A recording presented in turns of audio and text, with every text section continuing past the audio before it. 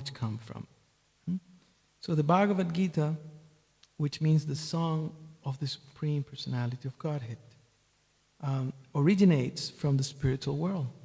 And it came down to this material world through the agency of the great kings and devatas or demigods of the past.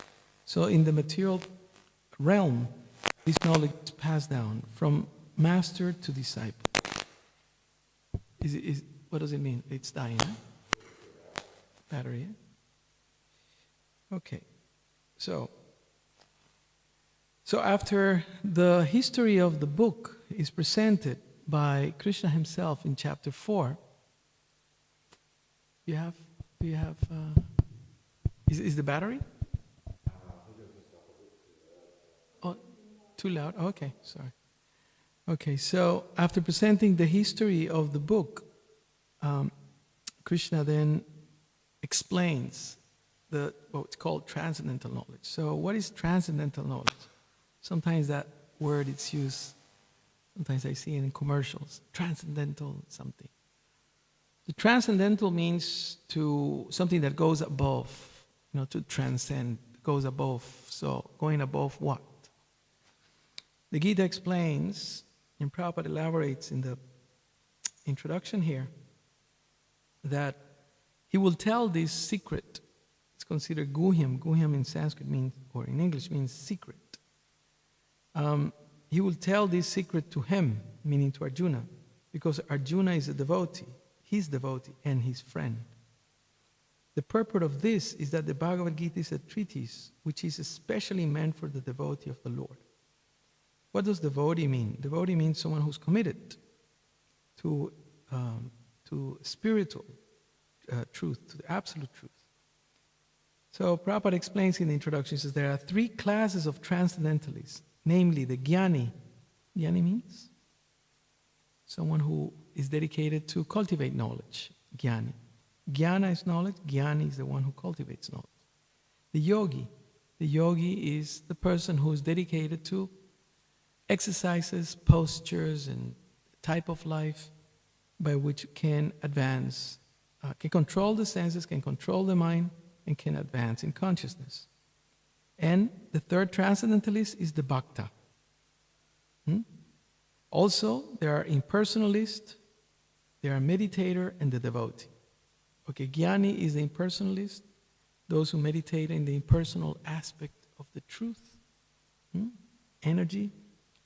The meditator is the one who meditates in what? Paramatma, the Lord, Supreme Person in the heart. And the bhakta. And who's the bhakta? The bhakta is that with feelings of devotion and love serves the Supreme. Those are the 3 transcendentalists. Here the Lord clearly tells Arjuna that he's making him the first receiver of a new parampara, or disciplic succession, chain of disciples and spiritual master. Because the old succession was broken. It was the Lord's wish, therefore, to establish another parampara. It's like when something gets disconnected for whatever reasons, then it needs to be reconnected. The cable may be old or broken or for something. Sometimes time, things just deteriorate. So in the same way, the knowledge, the transcendental knowledge, the knowledge about the Supreme Person, the knowledge of our real identity, the knowledge of how to live our life in a way that at the time of death, one can have a consciousness which helps us to have a better kind of birth. That knowledge is passed down through the parampara. So, Prabhupada says, in the same line of thought that was coming down from the Sun God to others, and it was his wish that his teaching be distributed anew by Arjuna. He wanted Arjuna to become the authority in understanding the Bhagavad-gita. So we see that Bhagavad-gita is instructed to Arjuna, especially because Arjuna was a devotee of the Lord, a direct student of Krishna, and his intimate friend. Therefore, Bhagavad-gita is best understood by a person who has qualities similar to Arjuna. Why the Bhagavad-gita is presented to Arjuna? Why do you think this is a choice of the Lord? Why do you think? Any suggestions? Why him? Why not someone else? Why not a sage or a saint or a sadhu?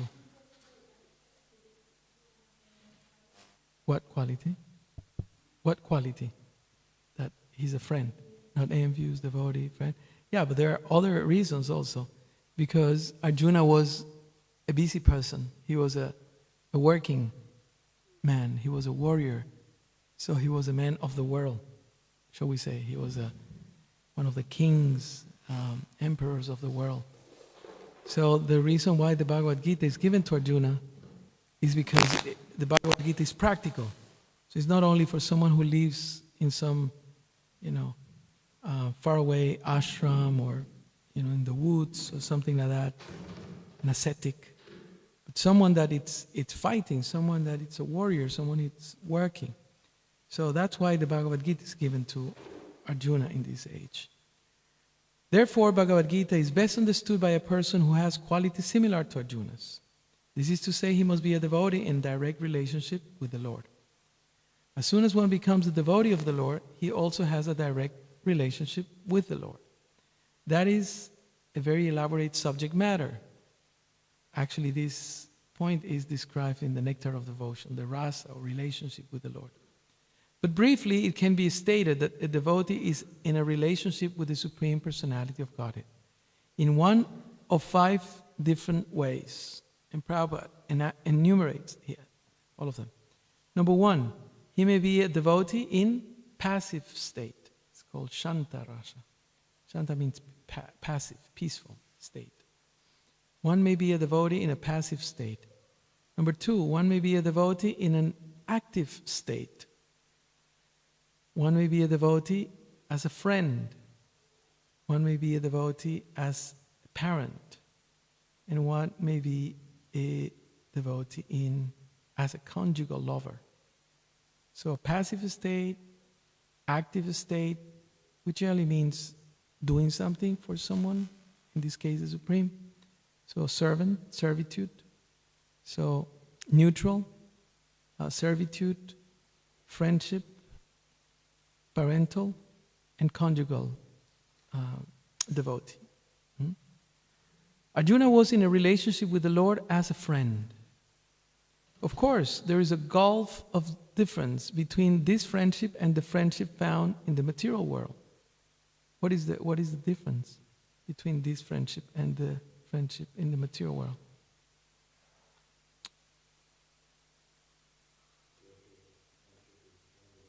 Okay. All right. Yes. That's, we may say, it's theoretical. What is another difference?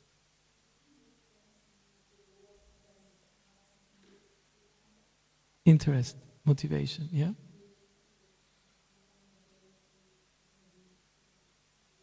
Because of something, so it's fake. Uh-huh. Okay, all right, good.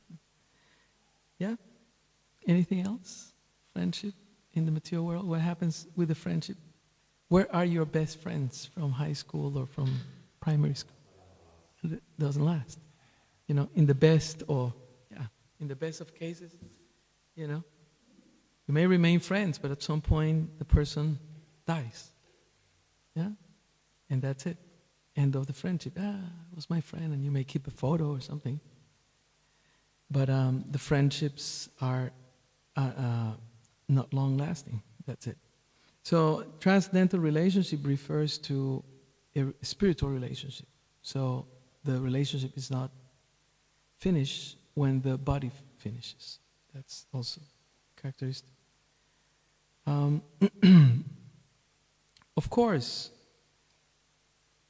everyone has a particular relationship with the Lord, and that relationship is evoked by the perfection of devotional service. But in the present status of our life, not only have we forgotten the Supreme Lord, but we have forgotten our eternal relationship with the Lord. Every living being out of the many, many billions and trillions of living beings has a particular relationship with the Lord eternally. That is called Swarupa. Swarupa means, it's a Sanskrit word, means your own form. Hare Krishna. Your own form. By the process of devotional service, one can revive that Swarupa, or your original form. And that stage is called Swarupa Siddhi. This is the introduction of the book, and already Srila Prabhupada is going right in, like a bulldozing, It's like, okay, so you expect, he's going to be soft and he's just going to talk about some.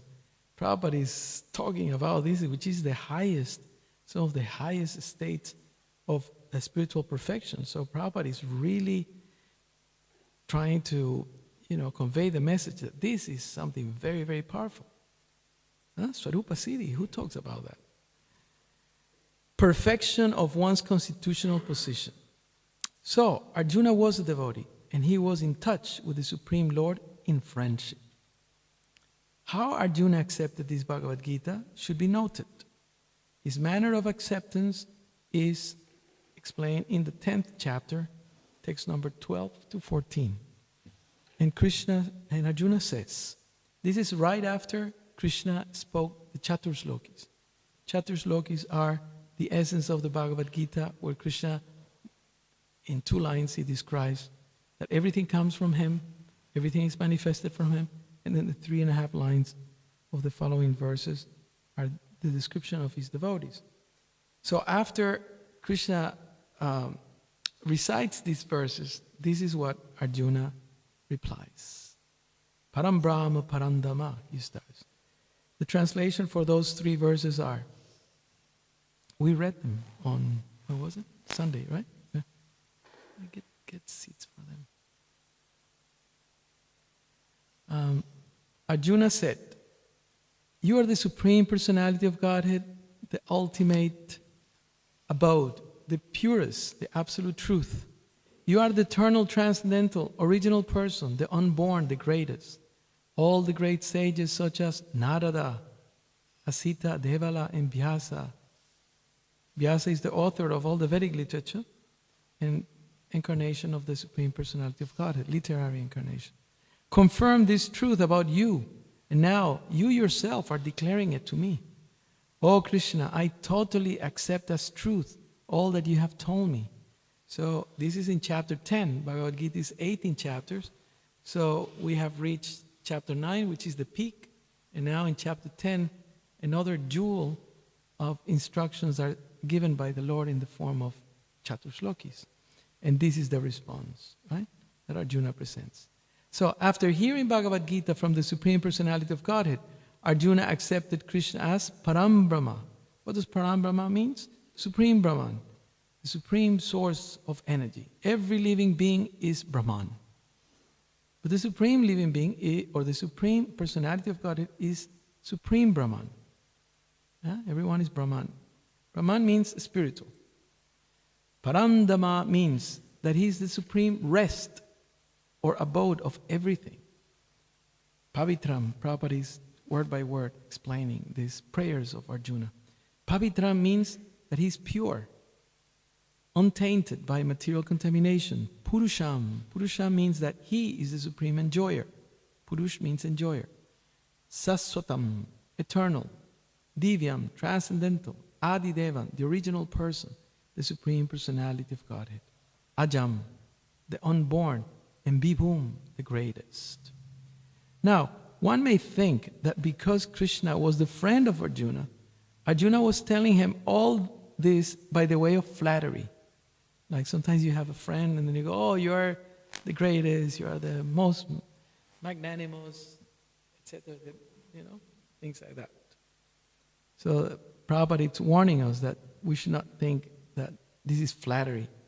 But Arjuna, just to drive out this kind of doubt from the minds of the readers of Bhagavad-gita, that means us, substantiates these praises in the next verse when he says that Krishna is accepted as the Supreme Personality of Godhead, not only by himself, meaning Arjuna, but by authorities. Narada, famous Narada Muni, who is blessed by the Lord to be able to give bhakti, it's called bhakti shakti, to anyone who comes in contact with him or his instructions. So Narada, Asita, Devala, and Vyasa. These are great personalities who distribute the Vedic knowledge as it is, accepted by all acharyas or exemplary teachers. Therefore, Arjuna tells Krishna that he accepts whatever he says to be completely perfect. Sarvam etat riten manye. I accept everything you say to be true. Arjuna also says that the personality of the Lord is very difficult to understand. Why is it difficult to understand the Supreme Person? Why is it difficult? Why do you think it's difficult? There are many reasons, but you can tell me one. Why would you say it's difficult? Anything? Inconceivable, so we could conceive, we may be material senses, yeah?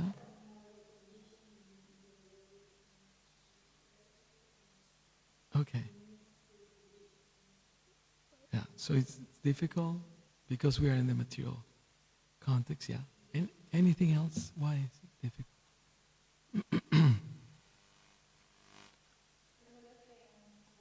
Yeah. Different levels. Yeah. Yeah. Yeah. Why? I mean, there are difficulties in understanding God. I mean, and there are also some ways that we can understand. For example, Krishna in chapter 7, he says, I'm the boss. Huh? And then we have experience with bosses. Bosses are the owner, the bosses are the founder or the creator, the bosses are the enjoyer, they generally get paid more or get more profit than the employees. So there are some things that we can understand, but to conceive him as he is, it's difficult in this material context. One of the things is because in this material context, we generally, due to our condition consciousness, we don't experience eternal. Huh? What is eternal? You buy something, and if it's very good quality, what is that they sell? You have what's called added warranty. You know, it comes with 1 year warranty. You can buy 2, 3, and you pay more, and it lasts 5 years, 10 years. But there's no eternal, because the body in itself is not eternal. So your experience of eternity is very limited, right? And so when the Lord is presented as the eternal, then it's just like, what is eternal? You know, consciously we don't experience eternal.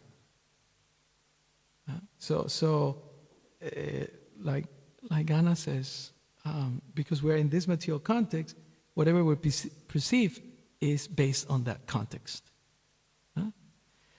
So Prabhupada continues, and he says, Arjuna also says that the personality of the Lord is very difficult to understand, and that he cannot be known even by great devatas, by great demigods. Huh? This means that the Lord cannot even be known by personalities greater than human beings. Right? We think that we are everything. We are the owners of the universe. But actually there's life elsewhere. We may not perceive it, but there's life everywhere. So how can a human being understand Lord Sri Krishna without becoming his devotee? That's the mystery of Bhagavad-gita, Prabhupada called. Therefore, Bhagavad-gita should be taken up in a spirit of devotion. One should not think that he is equal to Krishna, right? In chapter 4, Arjuna asked the question. Right after we read the verses that we read, what's the question that Arjuna asked Krishna in chapter 4? When after Krishna says, oh, I have taught, like when a lecturer comes in and then he says, oh, I taught to this prime minister, or I taught in that famous university, and I wrote this many books, giving a credential, right? So then what is the question that Arjuna presents to Krishna in chapter 4?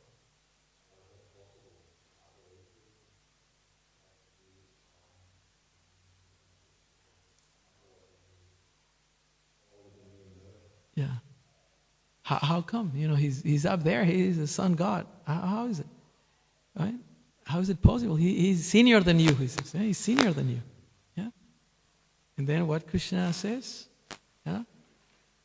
One, you have forgotten that I have done this before. And you have been with me. You forgot, but I didn't forget. And then he started explaining, actually I descend to this material realm, millennium after millennium, by my own nature. I'm not like the conditioned souls, in other words, like you, that, the Amrita Swami, once he was giving a class, and then he says that, we get old, right? And we get old, and then, we're about to die, and then sometimes we lose our mind, lose our memory, lose our capacity to walk, etc., to function. And then what happens when we die, right? Recycle. Boom. We are born as little babies. And then what happens? You cannot walk, you cannot talk, you forgot everything. Right? And then start again. Samsara. Repeat. Huh? So Krishna explains to Arjuna that we are not the same. That's the thing. We are not the same. Right? And sometimes in this material world, people have an issue with that, because nowadays is the age of equality. We're all equal, it's all, it's all one, But we see examples of differences of positions. For example, you go to the court, right? And what happens when the judge comes in? What do you have to do? You have to stand up. And if you don't stand up, what happens? Yeah. Which means you go to jail. Is it? Right? And nobody boxes at that. Nobody says anything. That's the law.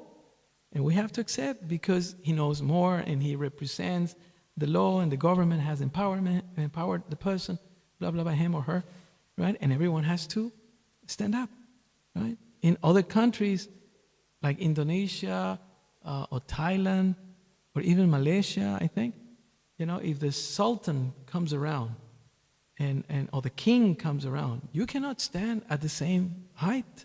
You have to kneel, because it's the superiority. You have to respect.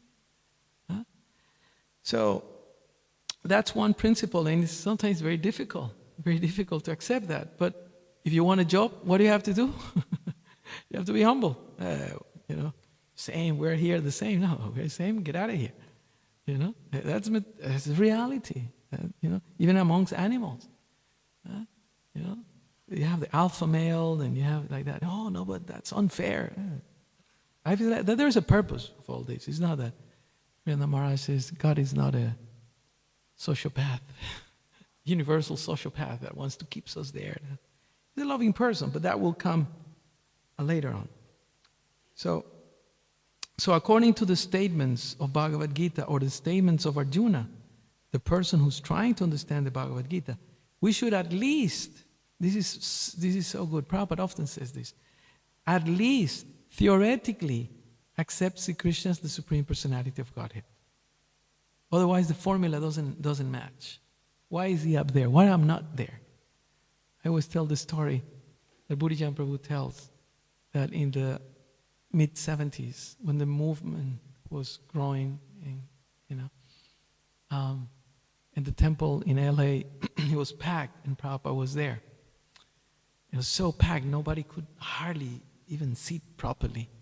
So amongst all that, then the pujari, or the priest, we were bringing the offering, and the arrangements were not as suitable as they are now. So the lady, the girl that was bringing the offering plate to the altar, generally that's covered with a cloth, silk cloth or something like that. So, and she was trying to maneuver her way through the crowd, and then the cloth just slipped away, just fell. And then you could see the whole offering, which is not right, because then people desires it. And then one of the boys, or one of the persons who were there, he says, "Oh my God, that's awesome," or something like that. And the lady priest, she said, "Don't desire it. This is for the deity. She just said like that, It's a deity, the deity. And then, I don't know, these artists, hippie, whatever it was. He says, how long does it take to become a deity? Like after some time we all become deities. Oh yeah, I want one of those. I want to be a deity too. So that's that's an example that we want to.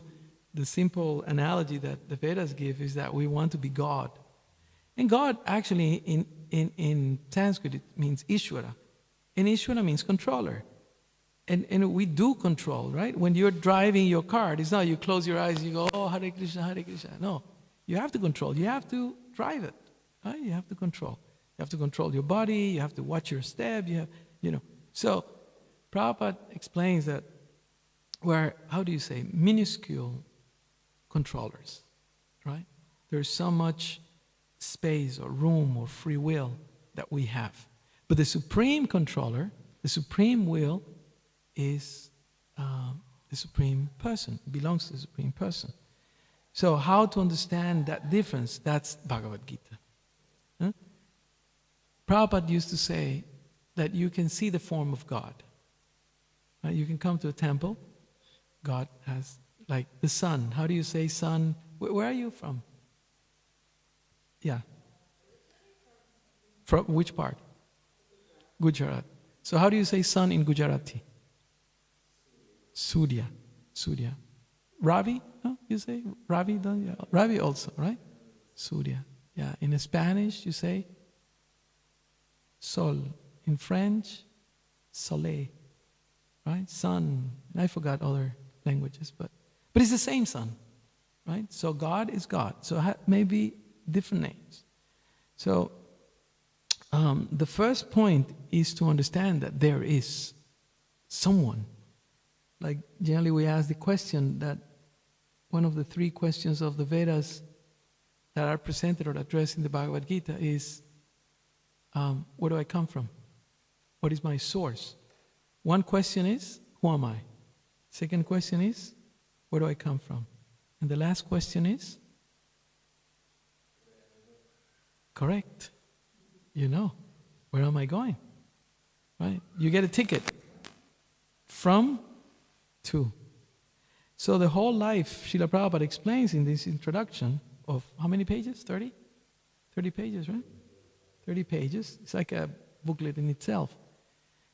That the purpose of life, as explained by the Supreme Lord Krishna to Arjuna, is to understand who we are, to understand where do we come from, and to understand how we get out of this place. Because as lovely as this region is, we have to give it up at some point. Maybe not now, but at some point we will be on the verge of having to leave this body. And then what? Cry and regret, and what are you going to do? There's an exercise that we generally do when we have these workshops. If you would have 7 days, what would you do? Huh? And I was just hearing a class this morning. Keshav Maharaj was saying a similar thing. He says, at that time, you will have to ask some questions. Who's keeping what? Right? Who's keeping the house? Who's keeping the car? Who's keeping the gold? But you will have questions. So he was explaining that according to the Bhagavatam, the direction is that we should know what questions to ask at the time of death. Or rather before. Just before. Huh? And those questions are these: who am I? And we should have the answers there. Because the exam comes, it's like, what's the answer now? I don't know the answer. But if you have prepared yourself to give the exam, to give the test, then you know the answers. Who am I? I'm a servant, part and parcel of Krishna. Where do I come from? Everyone comes from Him. Everything comes from Him. And where am I going? That's our choice. Where do you want to go? Come back and finish building up your business, or supporting your family, or fighting for your country, or whatever. Where do you want to go? That's the final question. So Krishna is presenting this thing, And Prabhupada continues, he says, unless one reads the Bhagavad-gita in a submissive spirit, it is very difficult to understand Bhagavad-gita because it is a great mystery. Right? He explains in chapter 9, Guhyam. What's chapter 9 title? Ben? The most confidential knowledge. Guhyam, Raja Vidya, Raja Guhyam. Yeah?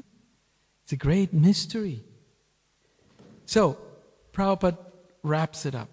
He says, just what is the Bhagavad-gita? The purpose of Bhagavad-gita is to deliver mankind from, how do you say, nescience or nescience? Either or. Of material existence. Every man is in difficulty in so many ways, and women as well. As Arjuna also was in difficulty in having to fight the battle of Kurukshetra. Arjuna surrendered unto Sri Krishna, and consequently this Bhagavad-gita was spoken. Not only Arjuna, but every one of us is full of anxieties. What are the anxieties of this material world? I mean, honestly. We're not thinking of the war here or people starving somewhere. What are the anxieties that we experience in this material world? Any? Sickness, okay. Death, okay. Yeah, but that's a little extreme, yeah. But we generally don't think about that. Unless something is not working and then you have to go to the doctor and you have to do tests and you're praying that the tests come up negative. Right? But what are the anxieties? Like uncertainty, yeah, uncertainty is a big one. Big one. When you're uncertain about something, that is a stressor in itself.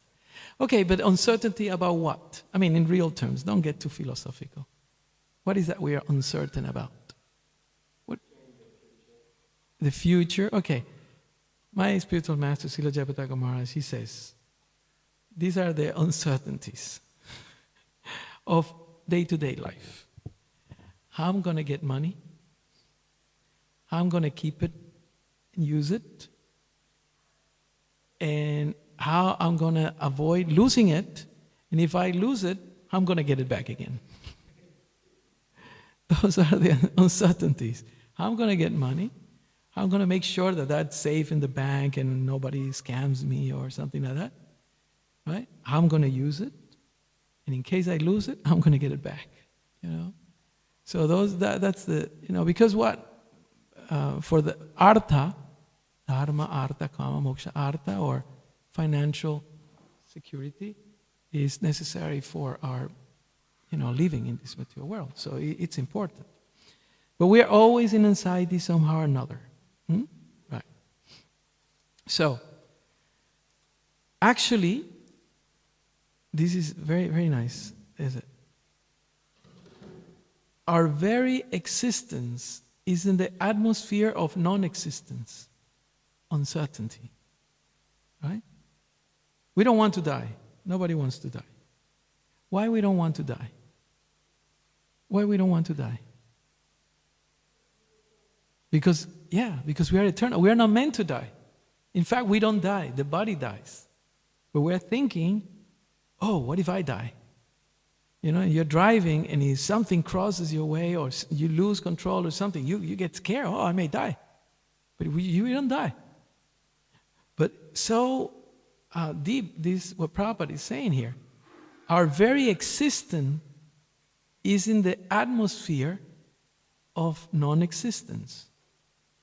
And then Prabhupada concludes, actually we are not meant to be threatened by non-existence. What does non-existence mean?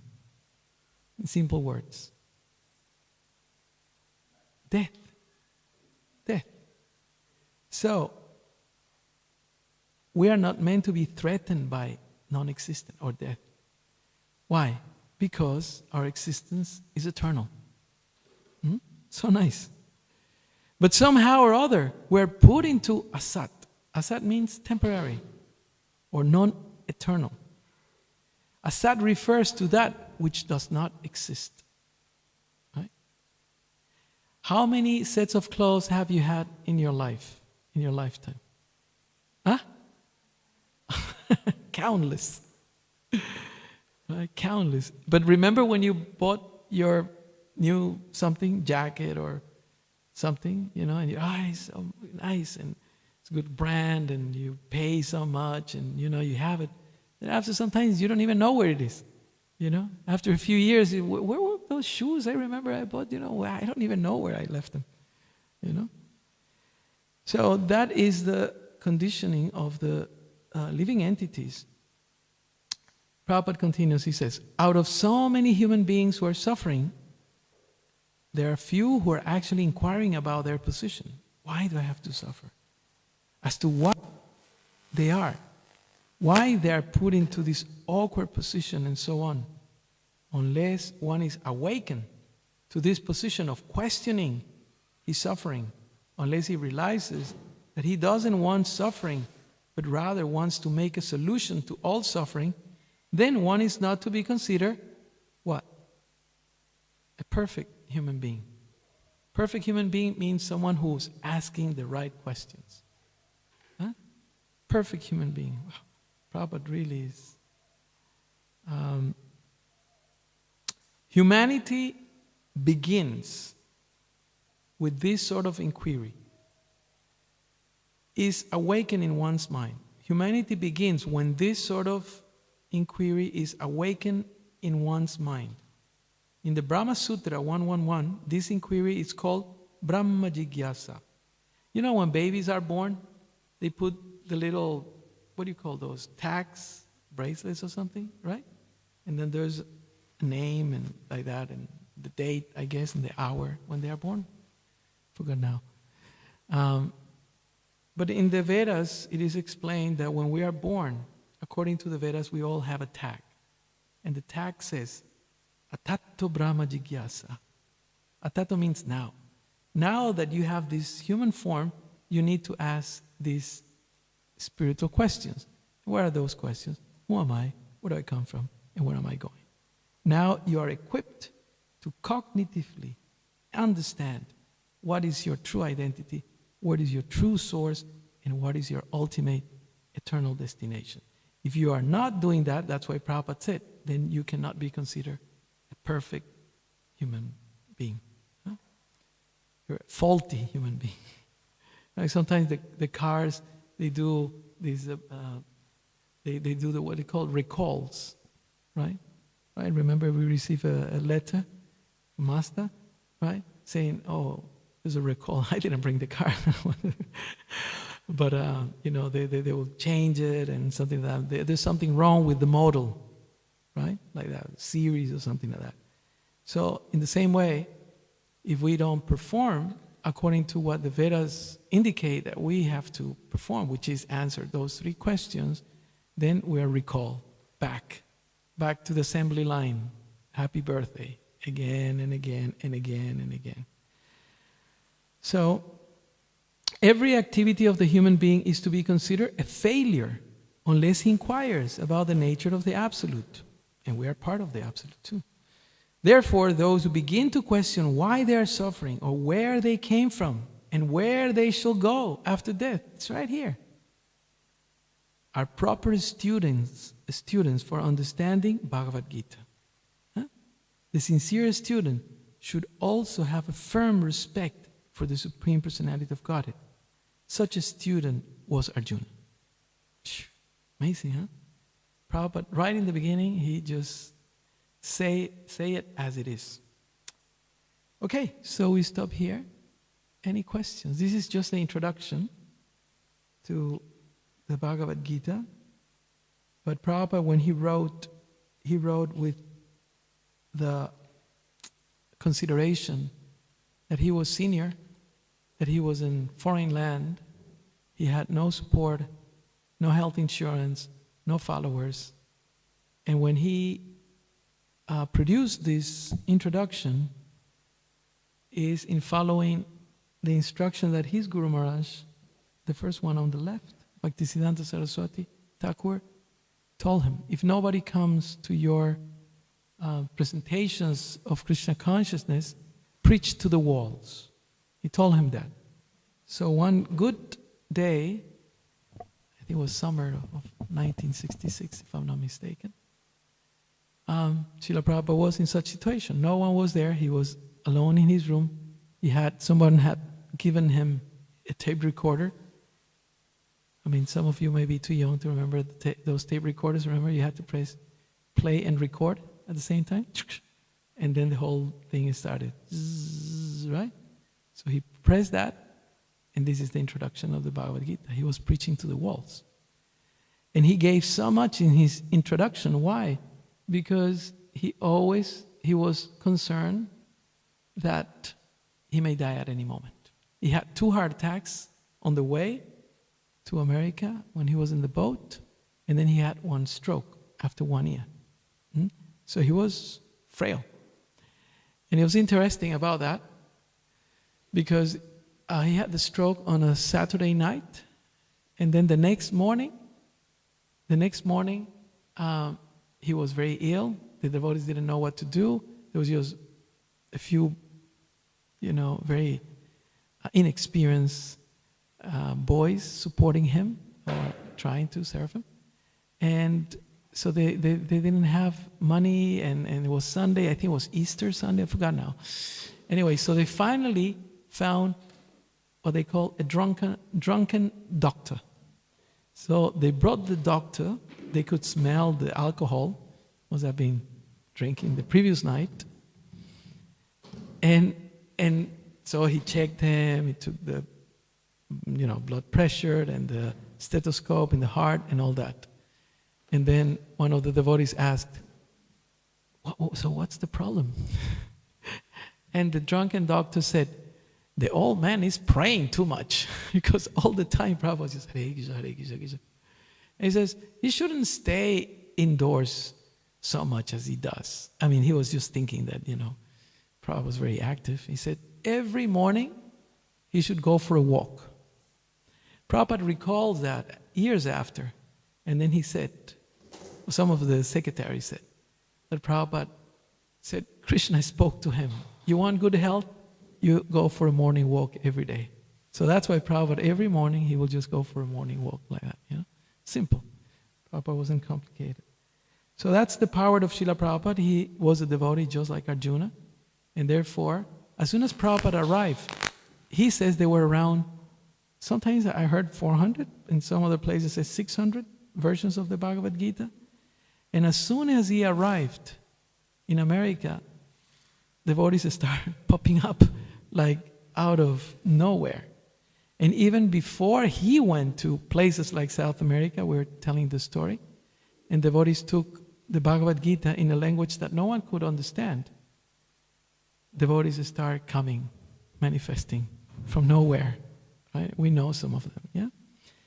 So this is the introduction. What we're doing here is we're trying to re-establish the Bhagavad-gita classes 3 times a week. Monday, Thursday, and probably Saturday. So, Srila Prabhupada ki jai. What's that? Is that a frog? All right. Oh, Ben, here it is. Oh, really?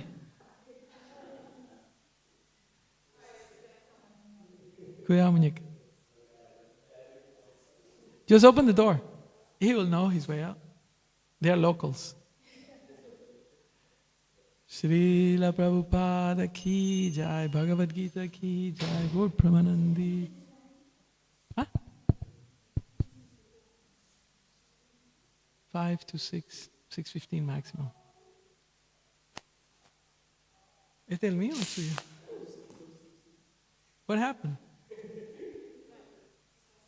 He must have been a student of the Bhagavad-gita in previous. He wants to complete his.